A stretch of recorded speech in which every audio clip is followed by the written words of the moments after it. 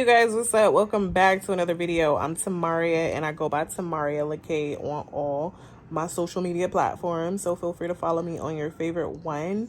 Tonight I'm just gonna do a quick story time on the 2 times that I got proposed to and ended up in 2 marriages. You probably heard me say that a few times in some of my recent story times. So we're just gonna go ahead and touch base on how I ended up being a wife twice. So neither time that I got married was I looking for a husband. Was not looking for a husband in any way, shape, or form. So first time I was literally out with a friend and we were cruising, right? We was cruising up and down the streets in the town that we lived in. We seen 2 guys in a car. I decided to holler at them. They pull over. We chopping it up. We end up at my house. And this is my first time like having my own apartment, like my own apartment, apart from living with my baby daddy when I moved out when I was 16. So got my own apartment and I invite them over like as soon as I meet them, right? No boundaries, looking as. So literally like 10 minutes after meeting them, I'm like, y'all want to come to the house and chill because we're not about to do nothing. So they pull up and we chopping it up. And I'm basically trauma bonding with this man that I'm about to get married to, not knowing that I'm about to get married to him. So I'm telling him about, how like last week, my baby daddy literally tried to unalive me, right? He tried to take my life away from me because I didn't want to be with him. And he was on some of that, if you don't want to be with me, you can't be with nobody else type shit. That's what my baby daddy was on when I was 18. He tried to unalive me. I'm going to do a story time on that as well. So I'm sitting with my homegirl, my 2 friends that I just met, and I'm telling them all this stuff that just happened to me. And he's like, you know what I'm saying? Like, dang, that's fucked up. He was like, I would never let nothing like that happen to you. So we ended up talking the entire night, right? Like, we met them in the nighttime and we ended up talking until the fucking sun rose, right? So my friend ended up linking with his friend, right? When I say linking, I don't necessarily mean like sex or anything like that, but they end up leaving once the sun rose and it was just me and him. So, we have our little moment and I did end up sleeping with him on that same night that I met him. And then he was like, I want you to be my wife. And I was like, okay. And then the next thing I know, a few months later, we was married. So him telling me within that same 24 to 48 hours of us knowing each other that he wanted me to be his wife was the proposal. So that was marriage number 1.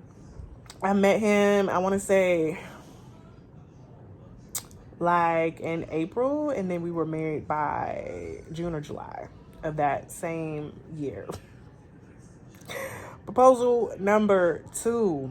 So I remember I was still with my girlfriend who had shot me, right? She shot me in the chest. It missed my heart by an inch, right? So I was with her and my homegirl had got married to this Nigerian dude, right?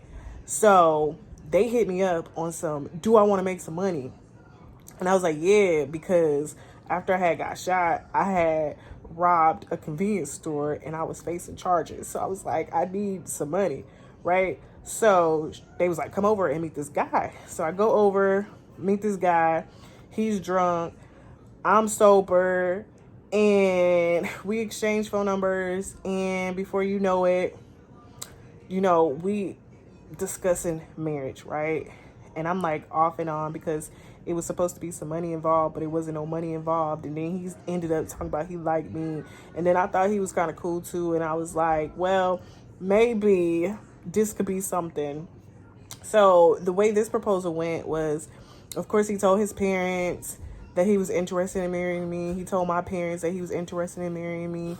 And he said that he was going to be the horse and I was going to be the person who was going to be driving the horse, right? And I was like, that makes so much sense, right? It makes sense for him to be the horse and for me to be the driver. However, he wanted somebody that would be his mama. And I just was like, nah, I don't want to be nobody's mama because you grown. You don't need nobody to tell you what to do. But obviously, men really do need women to tell them what to do.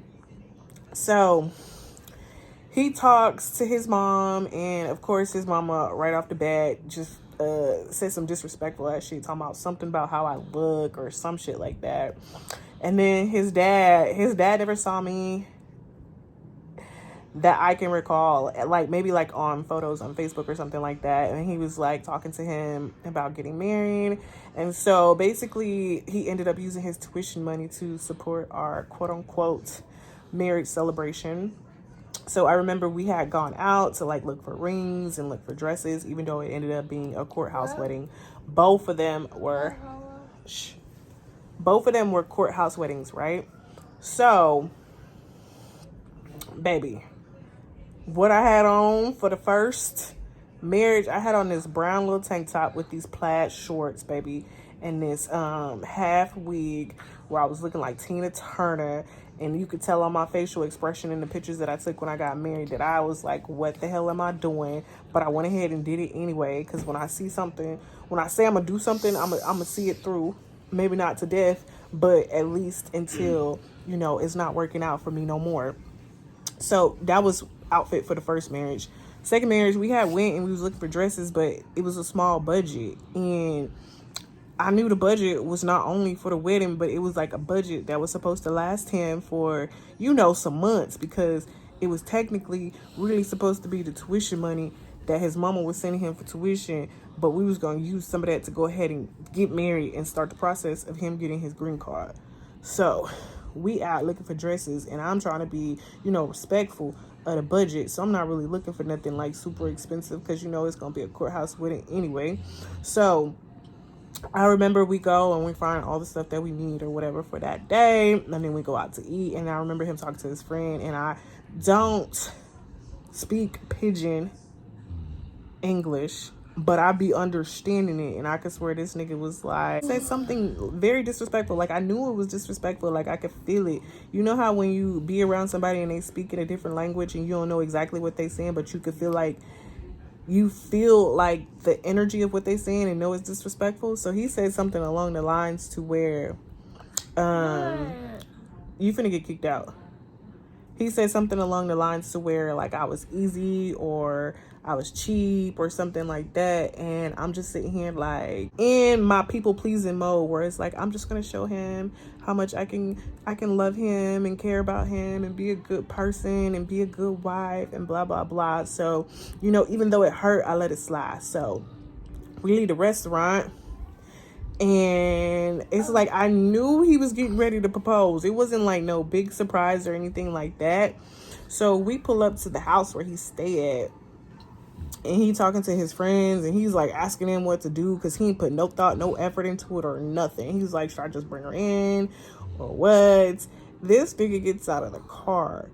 I'm the driver. He gets out of the passenger seat, walks over to the side of the motherfucking car, gets down on one knee outside in the road while I'm in the driver's seat of the car.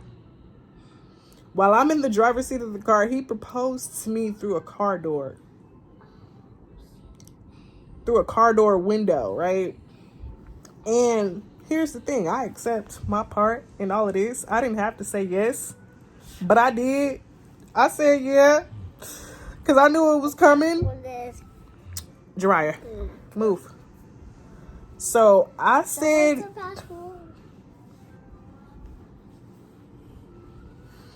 So I said yes to his proposal that he gave to me in the middle of the street while I was sitting in the driver's side of the car. I'm trying to think if the car was even turned off all the way.